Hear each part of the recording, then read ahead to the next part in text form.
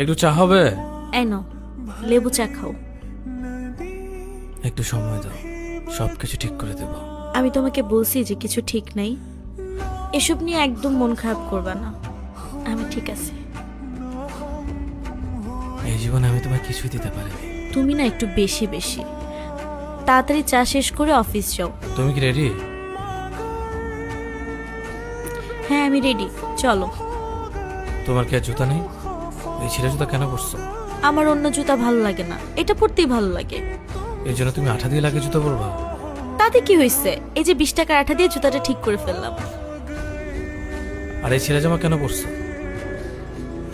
আরে এরকম তো সবারই একটু একটু হয়, তাই বলি কি এত ভালো জামাটা পরা বন্ধ করে দিব?